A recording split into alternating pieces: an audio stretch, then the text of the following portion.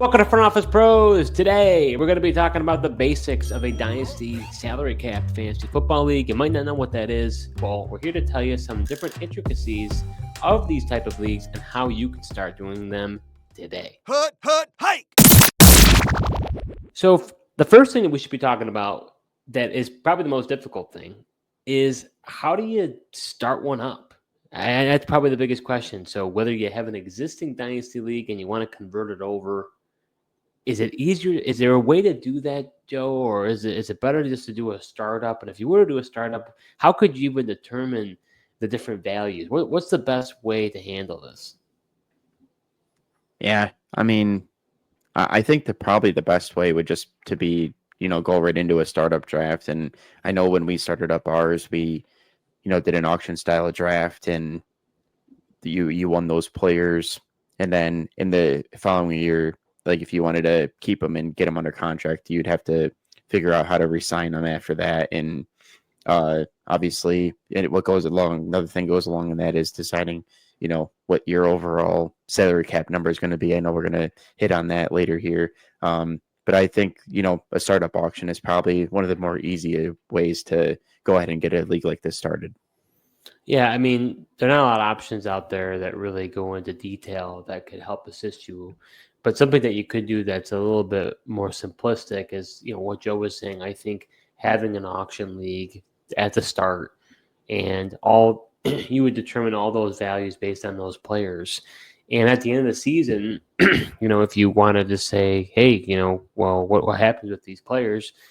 Maybe you then say, and this kind of goes into a little bit of talking about how you want to handle free agency. Are you enjoying this episode so far? Well, if you are, subscribe to our YouTube channel, smash that like button, and hit the notification bell for upcoming videos. We do videos throughout the year, so you're not going to want to miss what we have in store. So we could talk about that.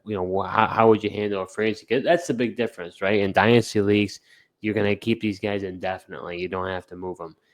In a Dynasty salary cap league, it's different because once the contract expires, do you let those guys hit the market right away? Do you have the ability to re-sign them? It could be hard to do that. I think if you were to, maybe from talking about the startup, you could do something where, let's say you signed, Saquon Barkley for $40, right, in a $200 million salary cap, let's just say hypothetically, right? What you would then be able to do is, it'd be a little bit gimmicky, but you could say, hey, I want to keep Saquon for 3 years. Maybe you have a certain amount of contracts at your disposal. Maybe you have, 3-3-year contracts. I have 4-4-year contracts. I have, 8 1-year contracts that you can kind of give out. And based on that, you could say, okay, I'm going to keep Saquon Barkley for another 3 years at that same amount. Or maybe it increases a little bit each year. There's different things that you can do, but it creates a whole different economy. And you feeling like, and we're going to be talking in our next episode about how do you trade when salary and contracts are involved because their values are completely different, but it really does change the game. Yeah, it really is, a game changer and just adds a lot more, strategy and complexity to your leagues. And like you mentioned, also, just the additional player movement that you naturally get as well. So I think that, whether it's when it comes to startup, having an auction league could really help. You could also do you have a snake draft, or even guys that, maybe you draft it and it's at that point where in a Dynasty league, you're like, okay, guys, instead of doing a new startup and crashing down this league, basically everybody's on a 1-year contract. And then, certain players, maybe you can keep certain players, others players have to hit the market, where maybe you don't have to have everybody hit the market. That's a tough thing. Any Dynasty league, a commissioner is going to have to hear the different voices of the different owners and try to come to some level of agreement. You're not going to those top dogs are not going to want to just give away their players. They're going to be like, what incentive do I have to do that? The bottom feeders are probably going to be happy to be able to, have some new blood, get some new players in there. So that could be a delicate dance for you. You're probably going to have to get everybody on board and have to convince them, which might not be an easy task.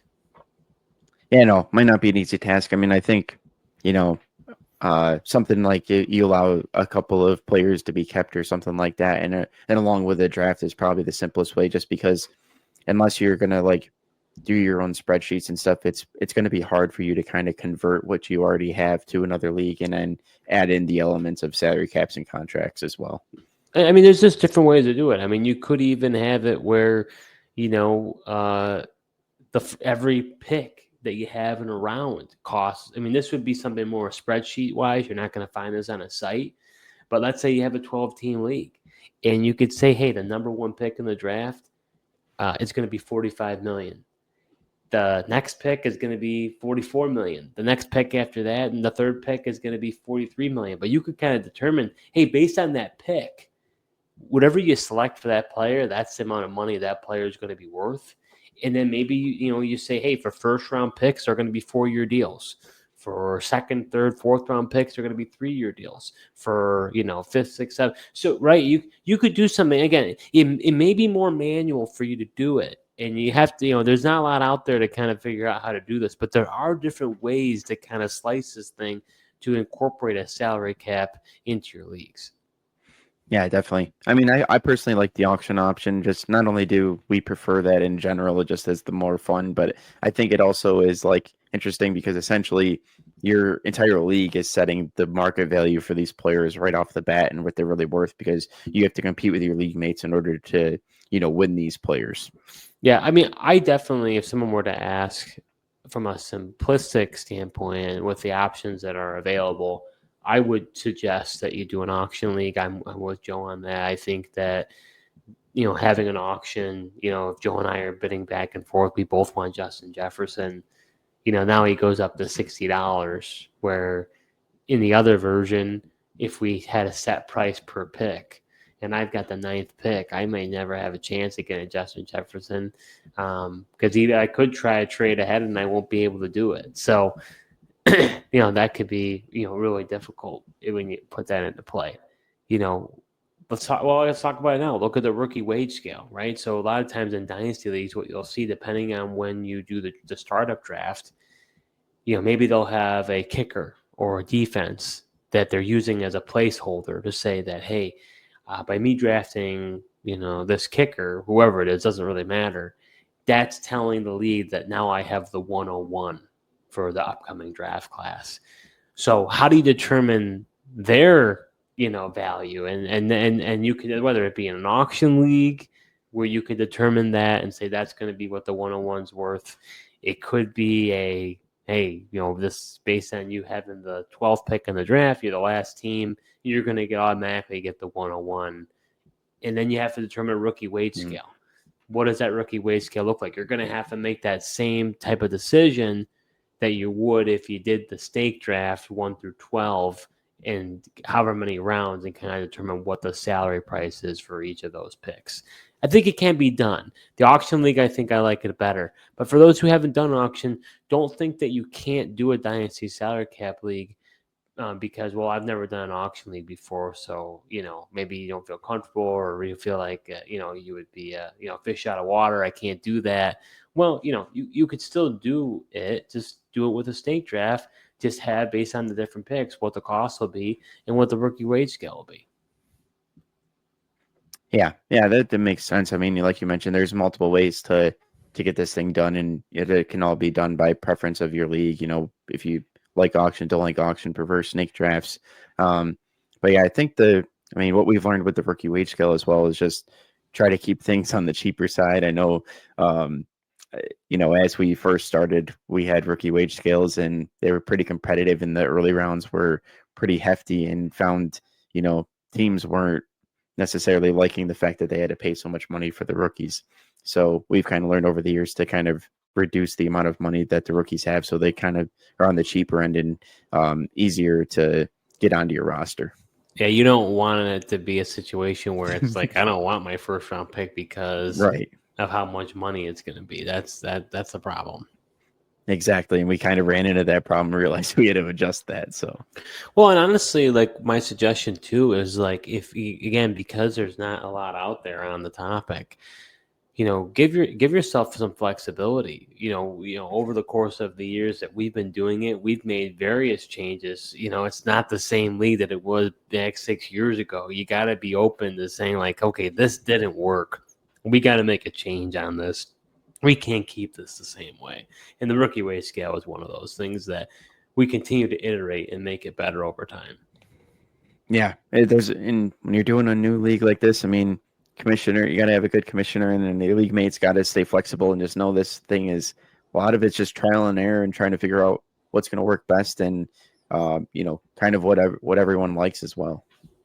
So we talked about the startup draft, what it would look like to even get these players on your team and how to determine the contracts. We talked about the free agency aspect of this, how you could even handle it, and then the rookie wage scale of what that would look like. I think at the end of the day, one of the things, going back to free agency, I think one of the things that makes it most exciting is that free agency, because you've got all those players that you normally wouldn't have a chance, to get. And, I don't know whether you could do that on spreadsheets, possibly. You could try to do an auction draft with the players that are available, and kind of do it that way. It could become a little difficult. That's the tough part with these type of leagues is, when there's a will, there's a way, but you got to have the will to kind of put this all together. Yeah, 100%. I mean, we handle ours, on spreadsheets, and it's like a slow auction style, but we've seen plenty of fast auction style drafts for free agency as well. Just kind of got to determine the number of years as you're bidding for these players, and send the total contract number over those total years. But once again, there's a lot of different creativity out there, and you kind of just have to try different things and figure out what's going to work best for you and your league mates. And it doesn't have to be super complicated. I mean, sure, it could be a little bit more manual, but hey, if you have a text group chain or a Discord chat, or maybe you're depending on the different platform that you use, there's a fantasy football chat. Have a person nominate a player and say this is what they want and what they go for, and maybe have a certain time limit the commissioner holds to, and just within there, T. Higgins is up. Joe says 40. Okay, 2 hours later, I say 45. Right? And it goes back and forth until, that time elapsed, and then I won the player. So, you could, could that be annoying? I guess it could be. I think it's worth it at the end of the day. I think it's going to make for a better league if you have it. So it's definitely something to consider, that you might have to go the extra mile to do it, but it is a lot of fun. Yeah. Free agency is always one of the more interesting off-season calendar events for sure, just to see what teams have the money, what teams are willing to spend all their money and go hard after their free agents, and really improve their teams in the free agency period. So one of the other things you need to consider is determining the salary cap amount. Now, what we recommend is, and we talked about this in a previous episode, we talked about why there's a lot of value in having a full IDP with offense. And if you're going to do that, I think you can kind of model your salary cap based on the NFL. If you're only going to have offense, whether you, I don't know, Joe, do you cut it in half? Do you make it like a 60% or 40%? I do think, just like the NFL, as the salary cap increases, your salary cap should increase also. That should make it that players will be getting paid more. It just makes a lot more sense that way, to follow that timeline. Yeah, I'd agree with that. And I think it just because, we know the salary cap isn't static. Lately it's just been completely, increasing in the actual NFL, and it's kind of nice to actually increase with it. Obviously your contracts also inflate as well, but it's kind of nice. And I think, like you said, if you're in the offense only, I think it makes sense to just kind of cut it in half. Essentially, you got half the amount of players that you traditionally would in offense, and then like you said, still increase it as well. The last component we're going to talk about here is surrounding dead cap. Now, this might be something that you're not as familiar with, being in a Dynasty salary cap league. So we're here to explain it to you. So you might want to determine, let's say you got a guy on a 3-year, 4-year contract, and you decide to cut him early. What's the implications of that? Is there a dead cap? Is the player owed a certain amount of money, and then that team has to get hit with that cap penalty? That's how it happens in the NFL. So if you're going to follow a similar logic there, what are you going to do there? Is it a standard 50%? Is it higher than that? Is it lower than that? Because when you have players on multi-year contracts and you have a dead cap element, it adds a whole different wrinkle. If I have no punishment, if I have no penalty, then whether I have a guy on a 5-year deal or a guy on a 1-year deal, it doesn't matter what the salary is. If there's no repercussion for it, I could just cut him and move on. But when you incorporate a dead cap element to it, it makes me think twice about cutting somebody, because if I'm hit with that dead cap, it might be astronomical. Yeah, 100%. And I think having the dead cap is important. I know a lot of people aren't the biggest fans of dead cap and would prefer not to have it, but I think it is crucial, just like you said, just that if there isn't any ramifications, you just see players getting let go. But I think it just creates more strategy, and you really have to think about the moves you're making. Even when you're giving those guys the multi-year contracts, you got to think about how much dead cap you're going to have, similar to what an actual NFL team has to face. And then it also, just from like looking at it, not only when you're just cutting players, but it's something to consider, even when you're trading a player as well. Just it can kind of limit like who you're going to be able to trade or who you cannot trade to. Yeah. So, I mean, for a simplistic league, I just recommend a 50% dead cap. That makes sense. I think that you could make it. I do see value in being able to have it more or less depending on the player, but that's a lot of sophistication that you may not be able to implement in your leagues. Yeah, I think whether it's 25%, 50%, just something within that, I think makes sense to just deem as dead cap if you're going to cut a player early off the contract. And as long as you got some sort of ramification, it's not just like you said, it doesn't matter if it's multi-year contract or not. It's like free to cut a player. I don't think that's a good experience. Well, and it kind of goes hand in hand, right, with the idea of the dead cap and the multi-year contracts. So you have to think about, how are you gonna, do you have a certain amount of years that a team can dole out, right? Can I only have a couple of 4-year contracts, a couple of 3-year contracts? Because if you have all these guys signed for 5-year deals, when you're in a dynasty league, what's the difference, right? I mean, yes, I guess after those 5 years, those players will hit the market, but the likelihood is, who knows if that your league is even in existence at that point. So you can't have everybody on 5-year deals. You got to have it be staggered a little bit. Have a couple people on 1-year deals, 2-year deals, 3-year deals, 4-year deals. That's the only way where it's really going to make sense. And it'll make your off season so much more fun when you've got free agency involved in there, figuring out what players you're going to keep or not. It really adds a whole nother wrinkle and a level of engagement for your leagues. Yeah, definitely. And it's also like, when you're playing in this style of league, you appreciate the actual events in the NFL more, and your league is more like the NFL. So it's kind of fun being able to participate in those same type of actions that a traditional NFL GM would go through, and you get to kind of throw your GM hat on a little bit and make some of those decisions.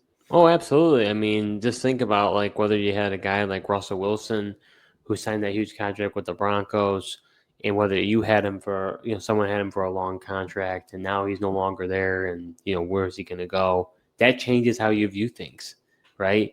I understand it's similar to a dynasty league, but because you have that dead cap element, because you have that contract element, you have to think twice. You got guys like Calvin Ridley. He goes from Jacksonville to Tennessee. How does that change his value now? What do I do with this player? And that's where we're going to be talking about in the next episode, where when you think about trading with these players, it adds a whole nother element when you have a salary and a contract involved. So that does it for this episode. We talked about a few of the basics within a dynasty salary cap league, or some call it a contract salary cap dynasty league, and for fantasy football. Hopefully you found this helpful.